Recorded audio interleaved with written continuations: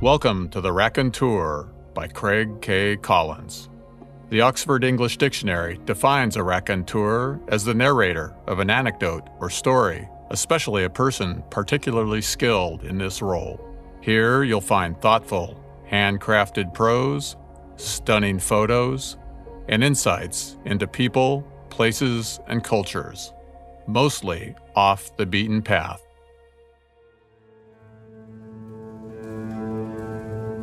This week's episode takes us to Pozzuoli, Italy, where I visited La Solfatara, which has been dubbed Europe's most dangerous volcano.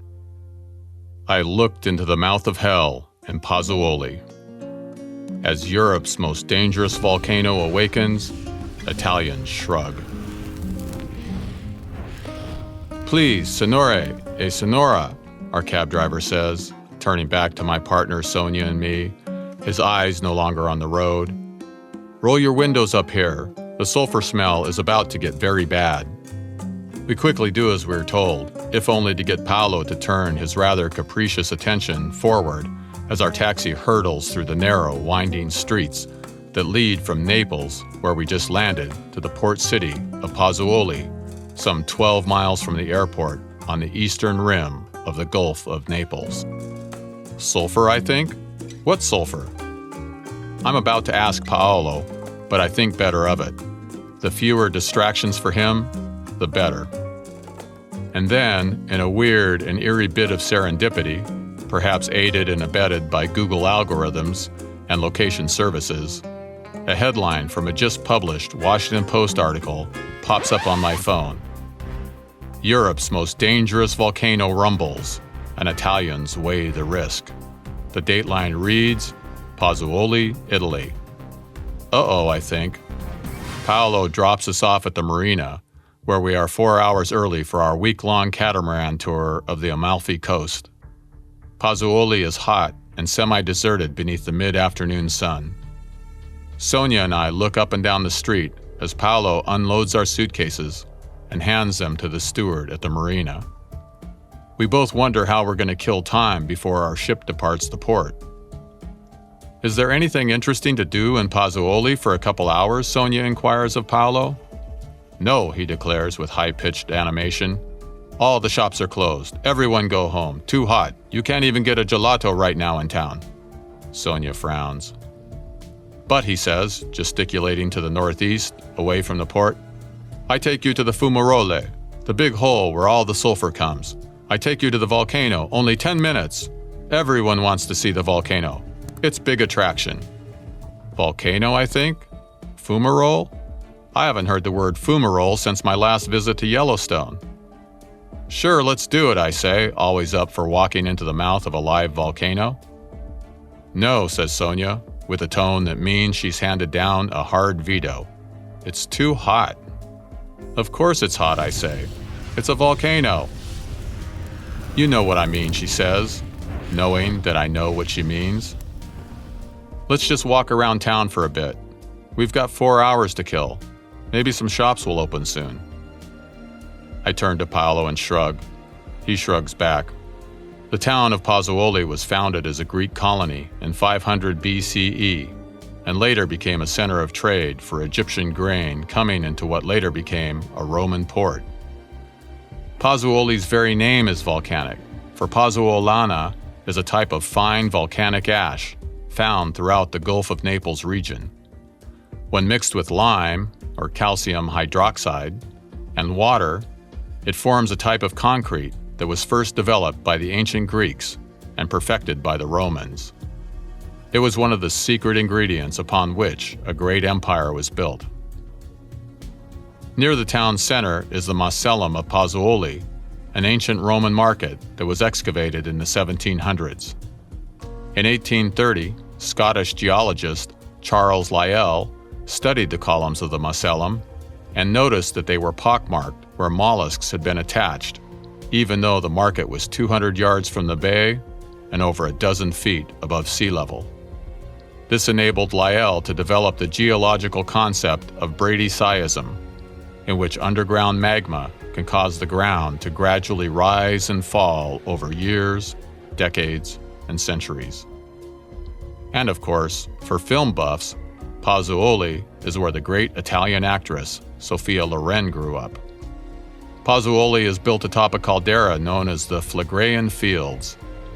To get an idea of what the caldera here is capable of, Pozzuoli was the site 39,000 years ago of the largest volcanic eruption in Europe over the past 200,000 years, one that caused global temperatures to plunge and covered Eastern Europe in a deep blanket of ash. Some scientists believe that this event may have been so cataclysmic that it contributed to the demise of the Neanderthals. Scientists have also determined that the caldera beneath Pozzuoli shares the same magma chamber as Mount Vesuvius, 20 miles to the east. Over the past couple of years, volcanic activity at Pozzuoli has appeared to be surging, pushing upward by a lake of magma below. The ground here is elevating at a rate of about an inch a month, 1 foot per year. According to an Italian government geologist quoted in the Washington Post article, the Phlegraean volcano, located about a mile from the marina and amid houses and businesses, has the potential any day to, quote, go off like a bomb, obliterating the town and its 80,000 occupants, as well as much of Greater Naples and its 3 million people. One of the geologists is calling for evacuating at least 500,000 people from the potential blast area. Sonia and I walk from the marina to the town square in the heat and humidity of an August afternoon along the Gulf of Naples. We pass the Macellum, a large square, maybe 2 city blocks by 2 city blocks. The ancient ruins sit about 15 feet below street level, with several Roman columns sticking up to eye level. We are the only visitors at this hour, and the ruins look tired, forgotten, and forlorn, much like Pozzuoli itself.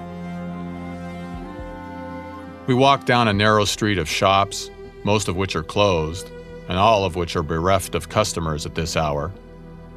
We then come to the town square.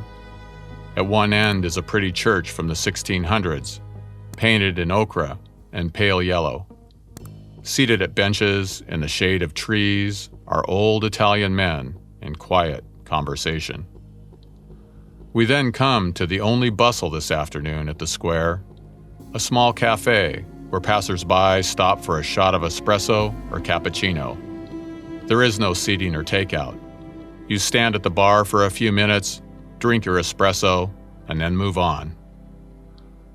Sonia ordered 2 iced coffees while I studied a 2 foot by 2 foot granite slab attached to the exterior wall to the right of the service area. It is clearly of Roman origin, likely picked up from one of the ruins around here. Chiseled in granite is the Latin word exitus, meaning exit, hence the name of this establishment, Cafe Exitus. Given the volcanic rumblings here of late, I wonder if the sign is a warning. Maybe it means there will soon be an exit from the mouth of hell. Or, ominously, we're soon about to exit this life aboard a pyroclastic blast into the stratosphere. The barista Maria hands me my iced coffee, thus interrupting my apocalyptic reverie. Grazie mille, I say. You're welcome, she says. I then come out with it. So, what do you think of the volcano? Maria becomes animated by my question.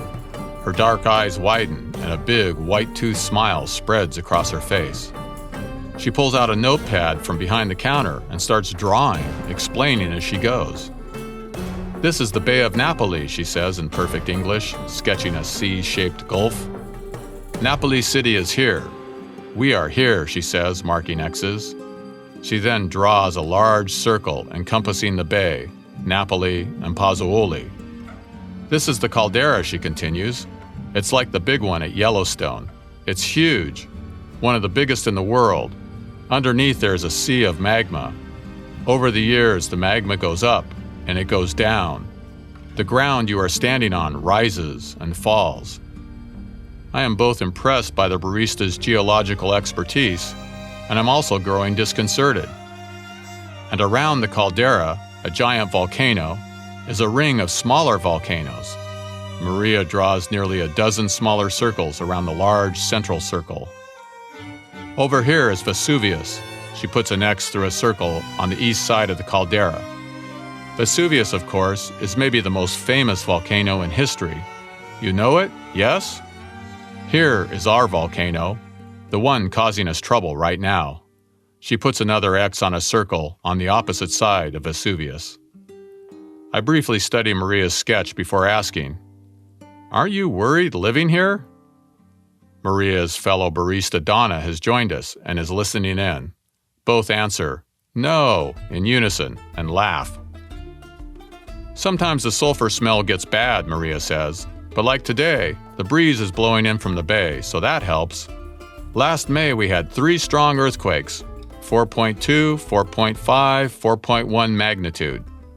People got worried, and even a few evacuated. But I wasn't so worried. In July, we had 150 small earthquakes in one day. That was interesting. How long are you in Pozzuoli? If you stay a day or maybe 2, you are certain to enjoy some shaking, and will know what I mean. We're leaving on a boat in a couple hours, Sonia chimes in. Oh, Maria frowns, disappointed. Then maybe not, unless we have one soon, which is possible. I sip my iced coffee, which is extraordinarily good, and the perfect antidote for a sweltering summer afternoon in Pozzuoli, and ask Maria again, "Seriously? You're not just a little bit worried?" "No," she says calmly, perhaps sensing that I'm maybe a bit worried for her. "The last eruption here was in 1538. That was a long time ago." I don't have the heart to tell her that 5 centuries is a mere blink of an eye in geological time. But given her detailed knowledge of the subject, I suspect she already knows. We return to the Pozzuoli Marina after a week at sea aboard a catamaran, touring the Amalfi Coast and the islands in the Gulf of Naples. I'm eager to visit the volcano, whose potential for apocalyptic doom now hangs over the town like the sword of Damocles. We ask our taxi driver, Allegra, whose teen son Mario is accompanying her on her rounds, if she can stop at the volcano on our way into Naples. Allegra speaks no English and shakes her head, unable to understand our request. But Mario immediately declares, "La Solfatara," and points the way. We rattle our way up narrow, winding, uneven streets, packed on each side with houses and apartments. On our way up the hill, gaps in the buildings provide us with momentary, majestic views of the Gulf of Naples. We pass a school and soccer fields, just as rank whiffs of sulfur fill the taxi. "Solfatara," Mario explains as Sonia scrunches her nose and waves her hand in front of her face in a futile attempt to ward off toxic fumes. We come over a rise and there it is, La Solfatara, a hole in a hilltop about a quarter mile in diameter and 100 feet deep. The crater's northern sides are scalded white with yellow streaks of sulfur. Fumaroles, volcanic steam vents, belch from deep within the earth, with a steady flow of sulfuric gases. Mud pots burble and boil on the flat crater floor. Allegra pulls to the side of the narrow road cut into the west side of the crater. Mario hops out, slides open the taxi van side door, and as Sonia and I step out, gives a grand gesture, a sweeping wave toward the crater, and declares, "La Solfatara." I ask Mario if we can hike down into the crater for a closer look. "No, no," he says in an adamant voice. "Non è consentito." I later discovered that until 2017, tourists were allowed to walk into the crater atop a boardwalk. But that year, as a family traversed the walkway, an 11-year-old boy slipped into a crevasse. His parents attempted to rescue their child, but they too perished in one of La Solfatara's blistering, gaseous vents. As tragic as the family's demise was, La Solfatara has been the site of many deaths over the millennia. The Romans called this crater the mouth of hell and believed it was the home of Vulcan, the god of fire.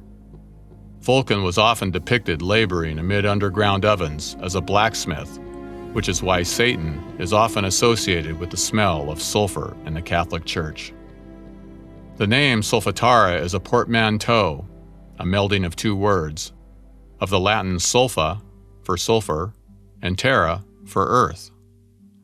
The most infamous deaths here happened in 305 CE, during the Great Persecution, the Roman Empire's last gasp effort to stamp out the rapidly expanding Christian faith.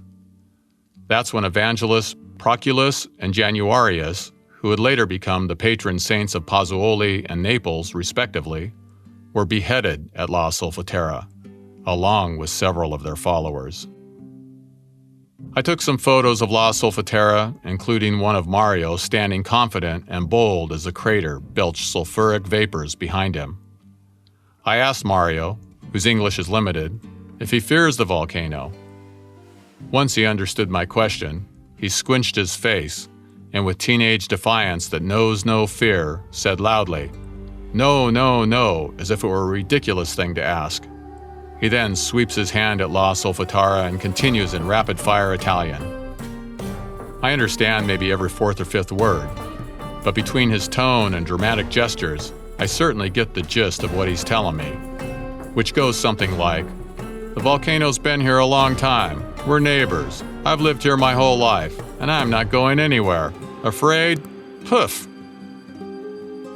The following day, Sonia and I climbed the white, worn marble steps of the Naples Cathedral in the heat of a late August sun before stepping into the cool of the church and beholding the dazzling beauty of one of Europe's great edifices.